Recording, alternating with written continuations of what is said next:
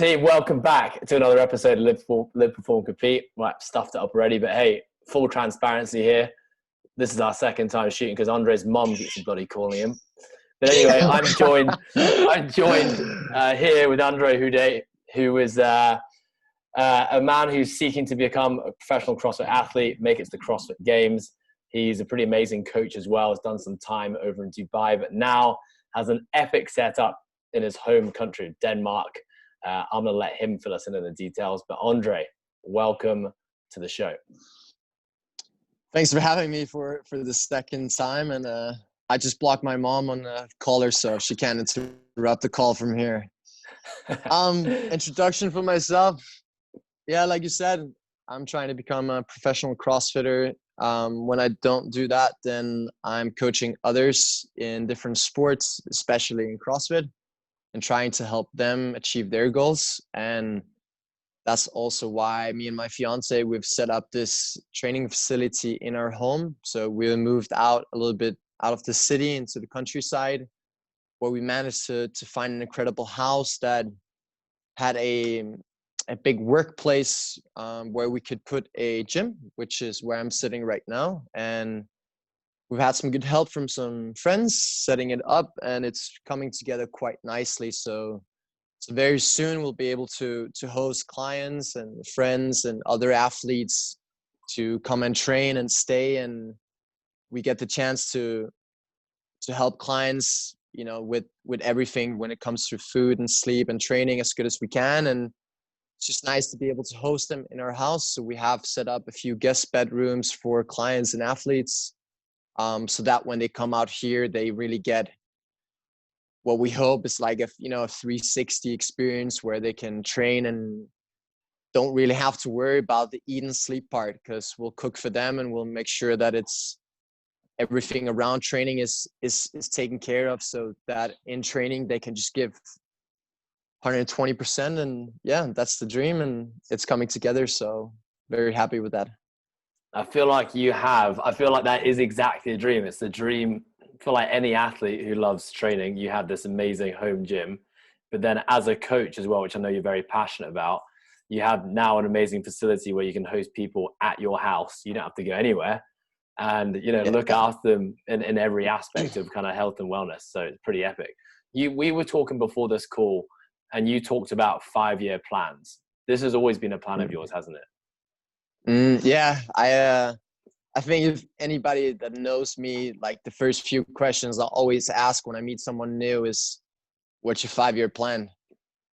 And if they don't have a straight answer, then I hope they're planning to come up with an answer next time I meet them, because I find that that's just such a important thing, not to always know what's going to happen in 5 years, but to show that you've thought about, where you want to go. Because if not, I personally find that you just end up nowhere. And even if you get somewhere, but you didn't plan to go there, so you will not feel anything once you get there. And I feel the thing about planning is that when you kind of visualize and write down what you want in 5 years and 1 year, whatever it might be, you really get to, once you get there, once you start ticking some of the boxes, that's like the feeling of success and happiness I think most people are chasing. And, for me, success is hitting a lot of these goals. And I'm also very aware that I might not hit them, but I'll get close to some of them. And some of the plans, they might change. But one of the plans that never changed was that I wanted to have my own training facility, both for my own sake and for my clients. And even more so one day when I retire from what I hope to say that is professional CrossFit right now, is then I can just focus on coaching people. And it's just amazing to have your own space. And I just think anybody that loves training, I think that the dream of having their own, and it's just in them. And I'm just happy that 4 years ago, my big plan was that this was going to happen. And that's what led me to going to Dubai for 3 years and to work really hard so that this could be realized one day, and slowly coming together. So I'm very happy with that, and it makes me feel that I've gotten one step closer to accomplishing my 5-year plan and starting to make a new 5-year plan. Yeah, I love that. I love that you have an outcome related goal, but you also have put thought into the process to get you there. Process being, get to somewhere like Dubai, build your experience, build your knowledge, build your earnings to allow you to do it. One of your other big 5-year goals is, and you're very open and honest about it on your social media, you've really talked about it in this short conversation, is getting to the CrossFit Games and being a professional athlete. Yeah. I think Where the did that CrossFit come Games, from? Yeah. I think the CrossFit Games is the top. I mean, it's the World Championships. It's the highest achievement you can achieve in CrossFit, other than, of course, winning it. And I therefore think that's the natural goal if you really want to be the best. My first goal 5 years ago was to make it to regionals, and that was a promise I made to my brother who passed away in an accident, and that was like the main goal. And regionals was known to be, if you qualify for regionals individual, you were kind of recognized to be amongst the top dogs in the sport, and that was like our first goal for me and my brother. And so when he passed away, that was empowered quite a lot, and he's still a big fuel source for me when it comes to achieving more. And the goal we set was not just to qualify for regionals. That was just kind of that was the tangible trademark that we wanted to hit. But the real goal, and it still is and will always be the same, and that's just to fulfill my potential, whatever that might be. So it's less of a tangible goal. It's less of a 5-year plan structured goal. The CrossFit Games is on that plan, but the real goal, and I think the real matter, is trying to be as good as possible, because the standards always move. Like if you can never be satisfied with anything. You snatch 300 pounds, then in 2 years people are doing Fran at 300 pounds. Yeah. Like, not Fran, but they're doing Isabel at 300 pounds, and like every standard always moves. And I was always focusing on, I have to hit these benchmarks to get to somewhere. You have to be able to run a 5K in under 20 minutes. You have to have a 220 deadlift, or you have to have this. But the reality is just every year the standards moves. So the best has just been, and that's also one of the things I learned from Kyle Roof, who's my former coach, that you just have to focus on being as strong as possible, as fit as possible, and as fast as possible. I don't know if that answers the question. Well, where did this drive, this desire to just to be the best version of yourself? Because I can see it as an athlete, but I think I can see it as coaching as well, as a business owner. Has this been something that's always been a part of you ever since you were young, or is this something that it's something you developed as you've grown older? No, I think it's always been there. Regardless of the sports I've done, I've always wanted to be the best, and it was the same in school as well. I was maybe not the most popular kid, because for me it was about winning, and the grades was the competition, and I would rather sit on the first row and let all the other guys sit in the back, and them making fun of me, and me reaping the reward of working hard and always making my homework and always doing that. And my parents never told me to do anything. They never told me to do homework or to go train or to do anything, because they knew that I would do it. And I think it comes from my parents, and especially my dad. My dad comes from nothing, and he's a chef, and he's probably recognized as one of the best chefs in the world. And he's the mentor of René Redzepi, who owns Noma, which is known to be many years in a row #1 in the world. And my dad just worked his way up from nothing, and he is the hardest worker that I've ever met. And I will never meet anybody who will outdo him, because if he wants something, he'll get it no matter what. And his recognition, I guess, maybe was something that also made me push hard and thrive more, and never look for high fives anywhere, and always just keep working. So I think it's just something that's always been in me, and I think it's something you're born with, but also something that, you know, you find mentors around you from you're young. And I find always my dad to be my source of inspiration. And if I could get a nod from him after working hard in school for 10 years and ending up with good grades, that was 100% worth it. And it's the same in sports, and it's the same in everything. Yeah. Yeah. I grew up with a lot of different sports. Just I played soccer, I swam, I played American football.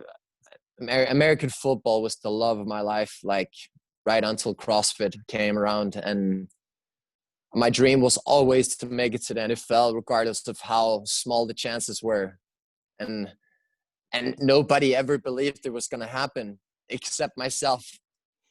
And I lived in the States for 1 year. I insisted on my parents sending me to the States. I saved up all my money I possibly could to go to the States for training camps, try to get scouted. I trained every day for it. And but as CrossFit slowly came around, because we started doing an off-season conditioning training, I started realizing that NFL was maybe out of my hands, and it was too many sacrifices to move so far away. And in Denmark, you know, it's a sport where you rely on a lot of other players and a lot of other coaches and a lot of people, just like other team sports. And the problem with team sports is that unless everybody wants it, you won't get there. Like, to make it alone in a small country is tricky in a team sport, because that we didn't have the institution and the other players that wanted it. So scout videos weren't worth anything, because they can't value anything from the games they see, because they don't understand the level, and the level is not high enough. And so I think CrossFit came around. I saw like a second opportunity to become a pro athlete, which has always been a dream. And I realized that you didn't need anyone. You just needed yourself and a coach, and you could do all the hard work yourself. And it's just been amazing to transfer from team sports, even though I love that as well. But when you go into individual sports, you carry all the responsibility. And I've always loved having responsibility for my own success, because you can never lie to yourself, right? Like, you'll always know if you cut corners, if you made the shortcuts, if you put in all the work. You could just never lie to yourself. And I hope that one day when I stop doing competitive sports, that I can look back and be proud of never having cut corners. And that's, I think, what carries me and will continue to carry me for many years. At what age was it when you were on this football journey and you had this dream to make the NFL, and you discovered CrossFit, or you found CrossFit? At what age were you then, and where were you? I was 19. It was just when I transferred from being on the U19 team, and I was transferring to our senior team in American football. I kind of realized that I was never going to move on from there either. I was senior team. There was guys that were, way, way older than me, and they were having beer on the way to the competition or to the games. And I was just never like that. If we played, I wouldn't drink. Like, I haven't had one sip of alcohol for 6 years. I've never smoked in my life. And I can't live with myself if I do these things. 'Cause it's just always, especially since my brother passed away, like, life is too short to give 50%. Like, I want to give 100% in everything I do. And I put the pressure on myself that how you do anything is how you do everything. And it's a huge pressure. And sometimes it breaks me, but most of the time it keeps me thriving. So I discovered CrossFit in 2014 in the Open, actually. That's the first time I kind of tried it. But I've been having many visits to CrossFit without knowing it was CrossFit. I did wrestling in the States as well. Like we did plenty of legless rope climbs and pec boards and tire flips and burpees. And like, I guess there'd always been sort of CrossFit and, you know, American football, the way they train, like sled pushes, all this kind of stuff, box jumps, bench press, back squat, deadlift, all these elements has always been there since I was 15 years old. And, you know, when you step into CrossFit, is this at an affiliate? Yeah, it was at one of the most original CrossFit gyms called Butcher's Garage. It doesn't exist anymore. It's Butcher's Lab now, which was the other gym they owned. But it was it was a very sport specific CrossFit gym. You know, they had like a turf and they had for MMA fighters, football players and stuff like that. And then I transitioned to the CrossFit Copenhagen after that, which is like the big chain in Denmark, because that was closer to my parents. And I was super fortunate to meet also some good people in the beginning, who just made me believe in myself and who said to me, you know, you have great talent, you're young, you can definitely become something if you work hard. And just from that day on, I literally dropped everything I had in my hands. I quit the football team and I was just down and ready to do anything. And who were some of those early mentors for you? The first one I had was a guy named Eric, and he was a great first mentor for me, and he created a lot of belief in me. Our relationship ended after a year or two, but we had a great start, and he was a big impact for me, and he taught me a lot, and he was specialized in weightlifting, and he made me boom in weightlifting. Like in 1 year, I could snatch, I don't know, 120 and clean and jerk 150. So like that's almost lifetime PB numbers that I have barely been able to beat since. But I also made the mistake of I boomed way too fast and I was not at all conditioned for it. Like I never had 120 kilos over my head and I could barely overhead squat it. And I, you know,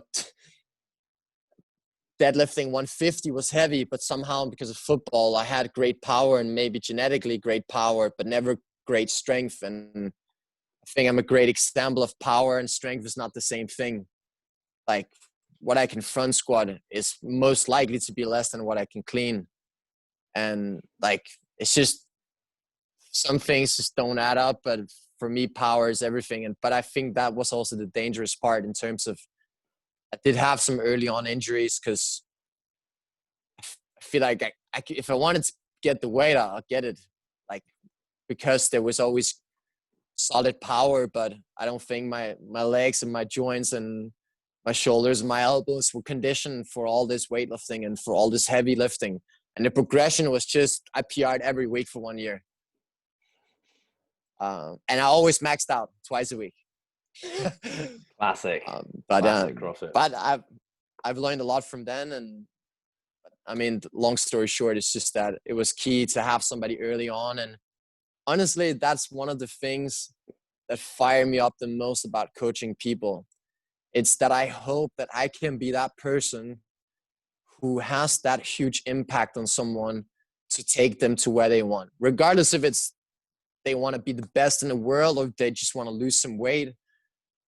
But I feel like life is such determined by the people you meet and obviously your own work ethic and all this thing. But I live in the countryside. I can come across a kid who wants to be the next Ronaldo, whatever.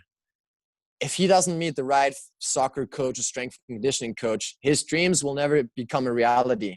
But if he does, then this little guy from middle of nowhere can become the next something and can achieve greatness. And I think that one of my future dreams is also to have a sports institute for kids between, 13 and 18 that want to become the best. And it doesn't matter which sport they want to become the best in. And I'm not saying that I'm competent enough to help them get there, but that is one of the motivating things for me, to help them and to learn to help them in their particular sport, regardless of what it is, and try to get them to get there. Just because I know how important it is to meet someone who can take you under their wing and make you believe that you can make it. So your journey as a CrossFitter, Andre, I know that you'd qualified for the CrossFit Games this year. Your goal has always been to get to CrossFit Games as an individual athlete, but I know you qualified as a team this year. But I've also I saw you compete last year. I think it was finished in Cape Town. You made it to regionals, I believe. Talk us through the journey that you've had since, stepping into the CrossFit arena as a competitor. Well, my first individual competition was 2015, where I qualified just in the top 100 for something called the Athlete Games in Manchester. And that was the first big competition after my first year of CrossFit. And that's when I realized what the level was, because all the top regionals guys were there and I got completely destroyed. From there, I started doing a bit more competitions. I didn't do that many because I knew that I didn't want to spend the money traveling for a competition to go make the same mistakes again. So I always, not that you're ever 100% ready, and that's not what I'm saying, but I never wanted to go and realize the same mistakes. So if I sucked at a running event, I didn't want to show up to an event next week and get my butt kicked again in the same run event. I wanted to make sure I built, the training adaptations that would allow me to have more success or improvements if this would come up again. So for the first, I think, many years, nothing much happened. I did finish third at French Throwdown in 2016, which was my first, whoa, how did I get here? There's so many great guys underneath me. I'm only 22 years old or 23, and I've not been doing it for so long.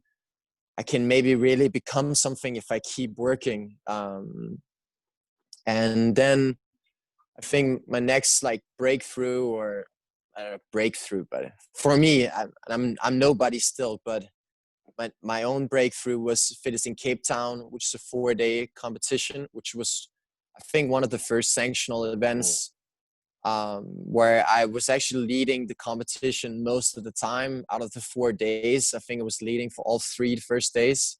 And just so I know, because you're a humble guy, I want to jump in here, but there was some big names competing in fitness in Cape Town. I think the bench or podium was Cole Sager. I know Lucas Parker was there.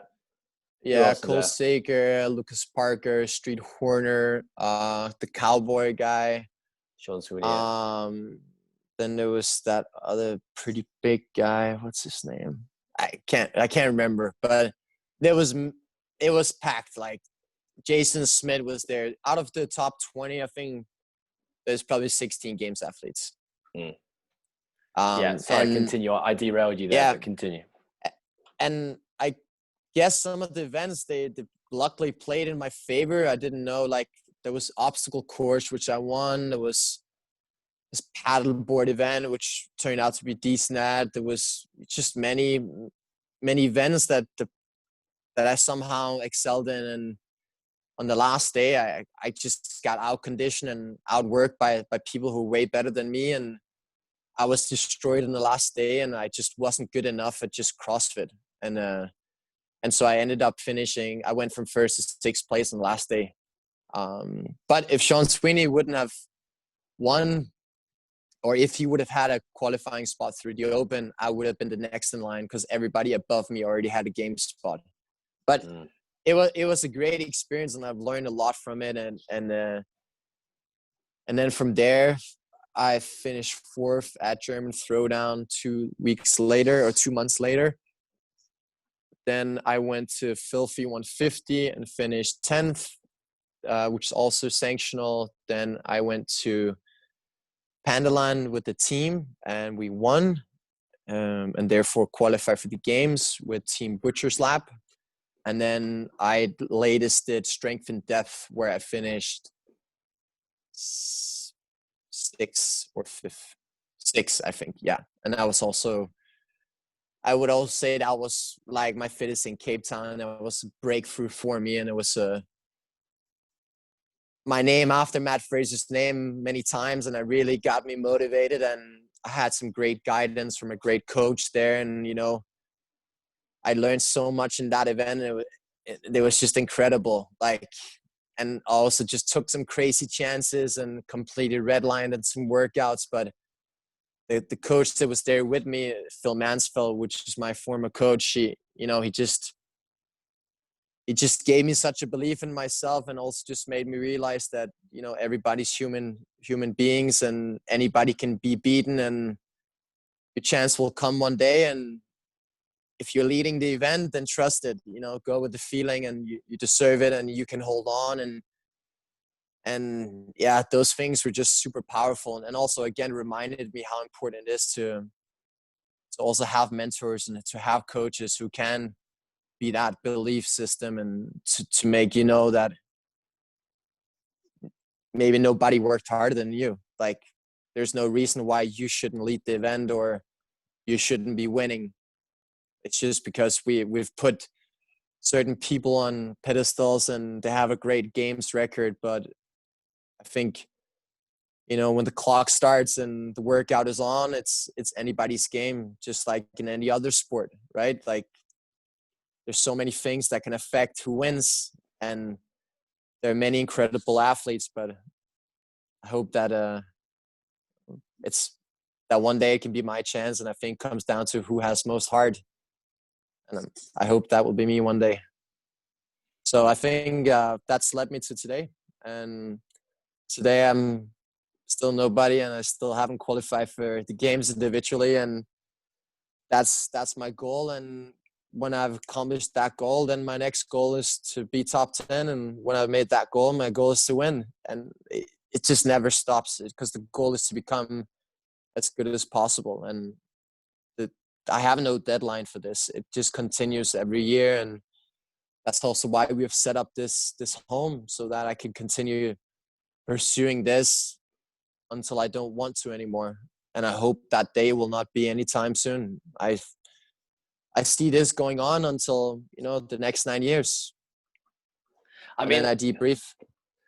You say that the goal is to be the best version of yourself, but there's another goal in there, which is to win the CrossFit Games, right? So for some people, being the best version of themselves sometimes doesn't have an outcome attached to it. It's just give my best effort, do everything I can, and wherever that leaves me, I'll be satisfied with.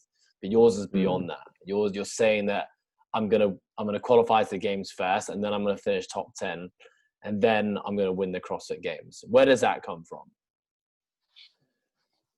Man, I think if you train 2-3 times a day by yourself, and there's no money involved, there's nothing involved, and it's just you versus you, if you don't have tangible goals like that, you will not be able to pull through. And every year it gets harder. Every time you've hit a new PR, to hit a new PR again, and to get better, it's a whole new monster. You can work for 1 year and only get 1% better. And for me, it's been to set these big, scary goals and never be afraid to say them out loud. I think in Denmark, it's so normal to, like, some people will just look for me to never succeed because I'm not afraid to say what I want.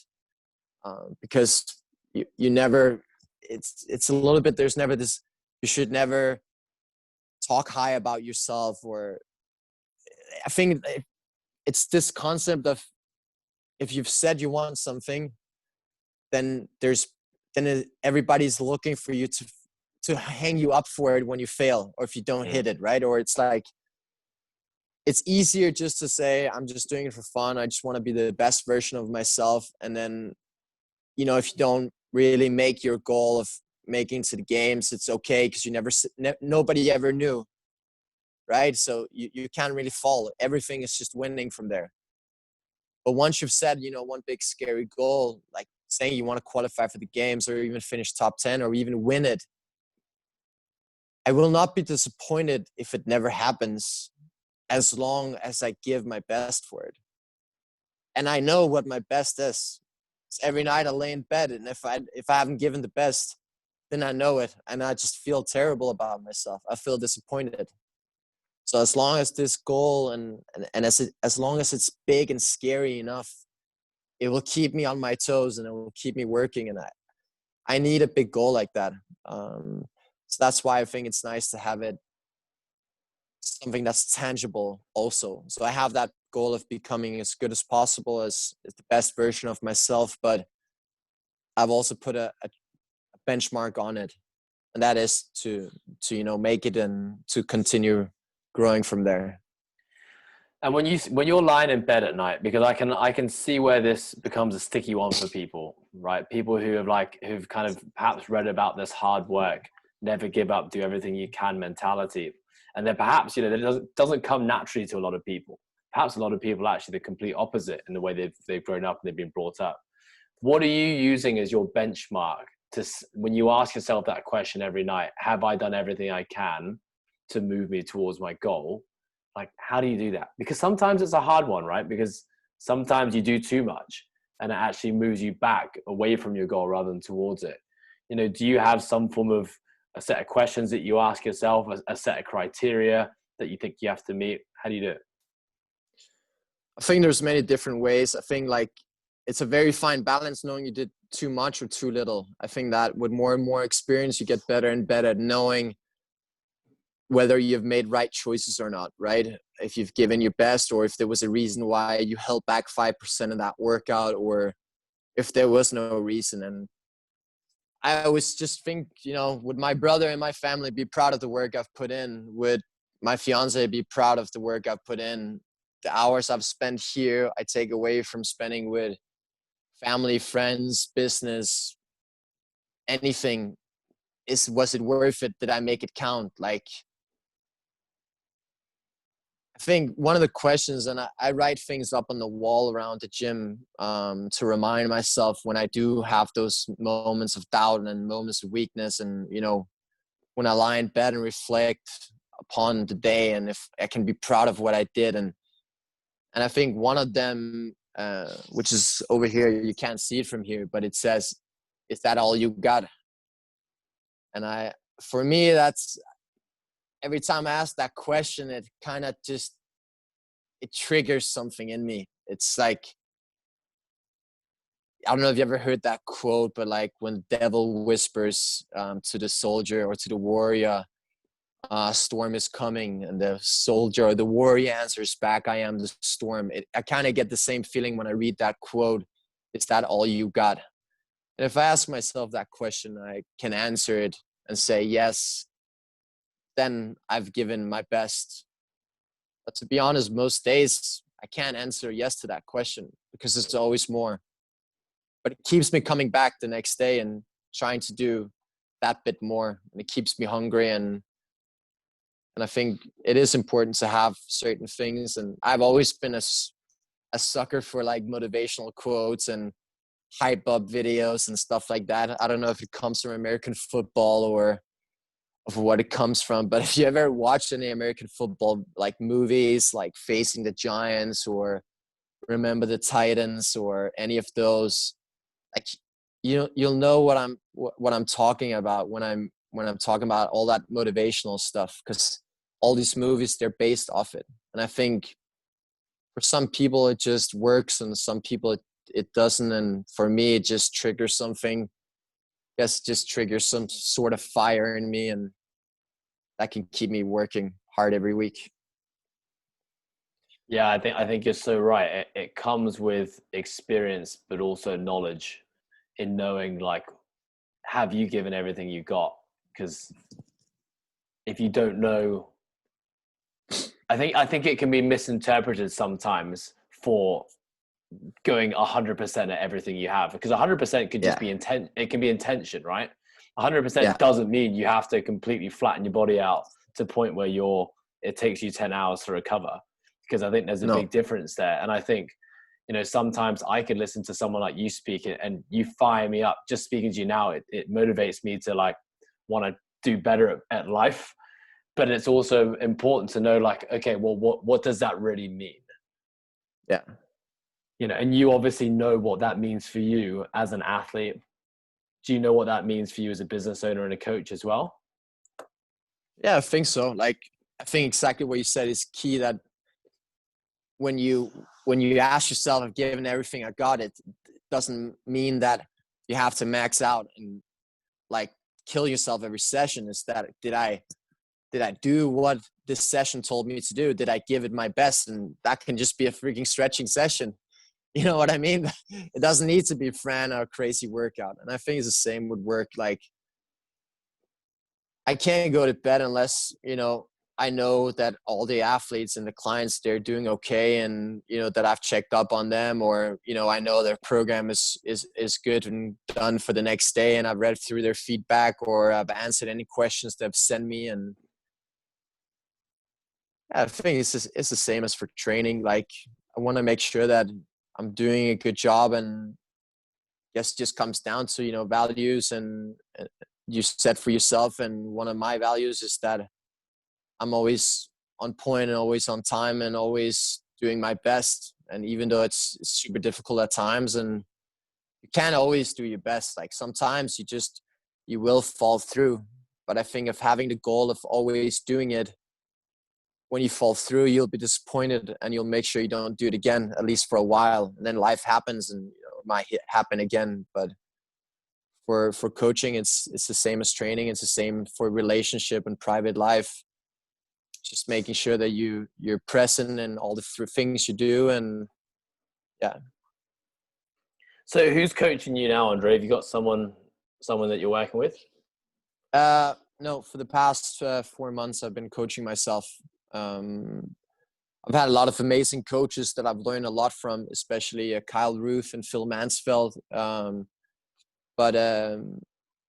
But I've been coaching myself the past 3 months for different reasons, and I've never done it. And I think it's good learning phase to try to do it myself and try to understand and comprehend all the things I've learned from the past 5 years of being under other people. And I think this time is just time to take things in my own hands and own responsibility. And I like that, because everybody's human and everybody makes a mistake. And I'd love if there was a mistake that was ever made, that I would be held responsible for it and not someone else. And I just think it's been an interesting time coaching myself, and it's definitely pros and cons of doing it yourself. And I've loved having a coach for many years, and I've always believed that, every coach should have a coach and every athlete should have a coach. And I do hope that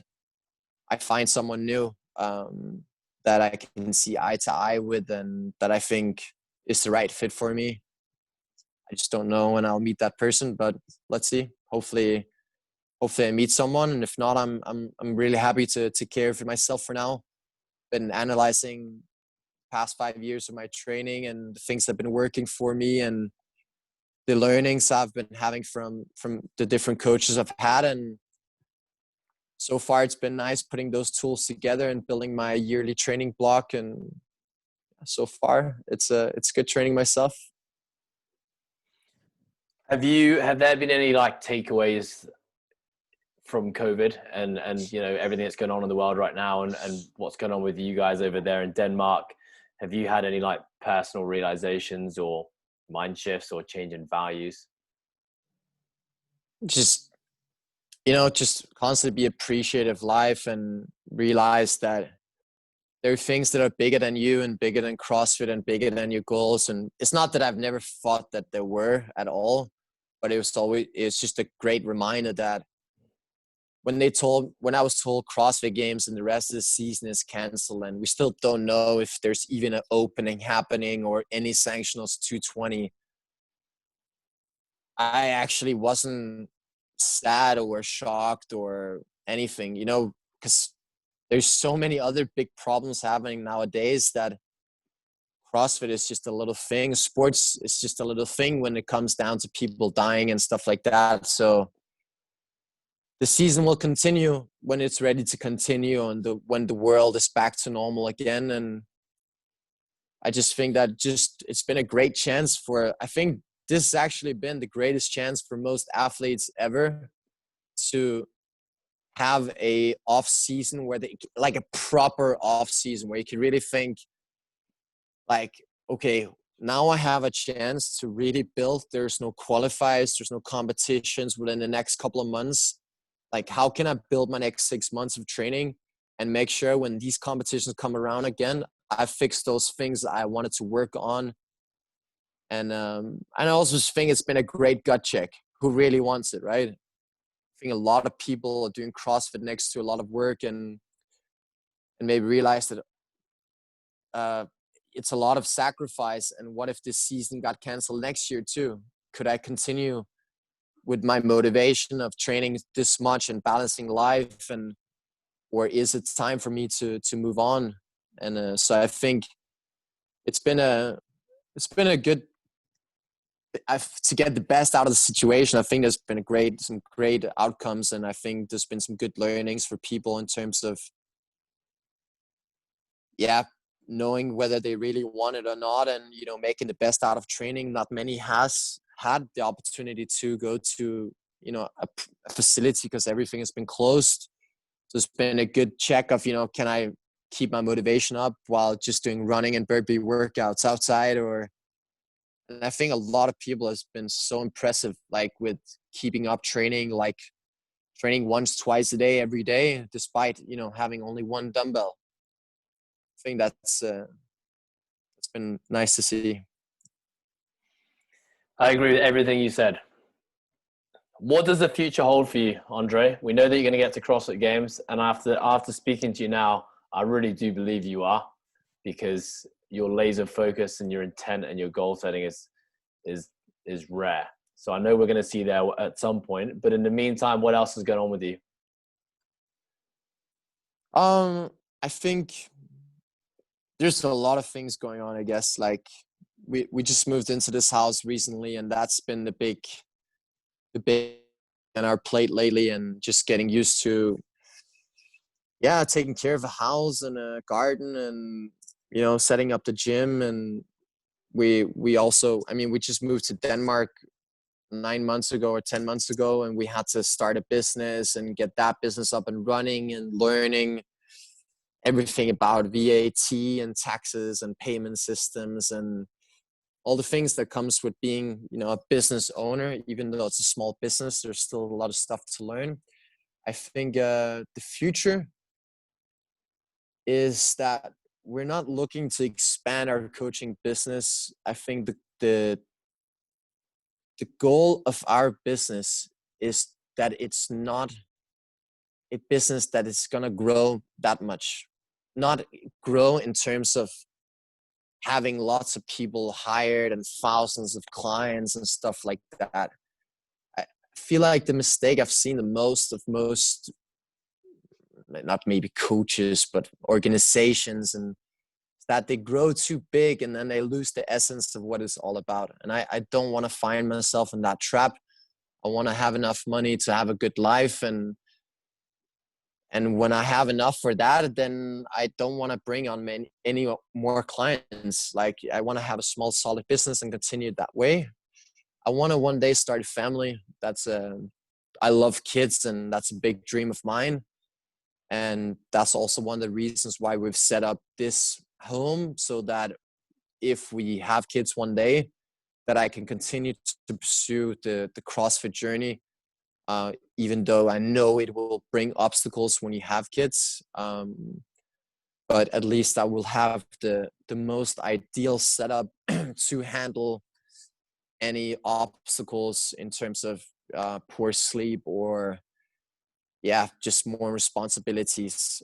So I guess I'm just preparing also for that day to come, and making sure that my schedule is as open as possible and has as much time for training as possible. And so I think CrossFit Games, number one, start a family at some stage, and just continue doing what we do, and that's it. Growth doesn't always need to be more. I think growth can just be in the same area and the same, bringing more quality, not so much more quantity. For sure. Andre, where can our listeners find more information about you? I guess the main platform would be Instagram on Andre Houdet, or YouTube. I've started a vlog. I have a good friend that helps me with that, so that so that I don't need to become a social media manager and marketer, and I could just continue to be a CrossFitter and have somebody else help me with creating the media around it. So on YouTube as well.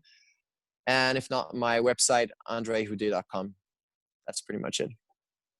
Amazing. Have you ever watched the 2 Peas in a Pod vlog? I have, and I really liked it. Would you say that your vlog is on par with the 2 Peas in a Pod? I don't know. I used to be a guest star in 2 Peas in a Pod, but I was cut because apparently I was a bit boring. Fair enough. No way. I am quite boring. That's why you started the podcast. This is why I started the podcast. This is my way of getting back at 2 Peas for cutting me all those episodes ago. Well, Andre, mate, it's been fantastic chatting. Thank you so much for making the time. Thank you, Mum, for not calling. Yeah. But, mate, I'm really excited to continue to watch your journey as an athlete and a coach, and everything that you're doing over there. It's pretty damn amazing. And I'd highly recommend anyone who's listening to this, if they don't follow you, to follow you right away and kind of watch you through this. 'Cause I know you're going to achieve some amazing things. Thank you. And I hope that I won't disappoint anyone. I'll promise I'll do my best, and hopefully I make it happen. Good man, Andre. All right, buddy. Thank you for your time. All right. Speak soon. See you, buddy.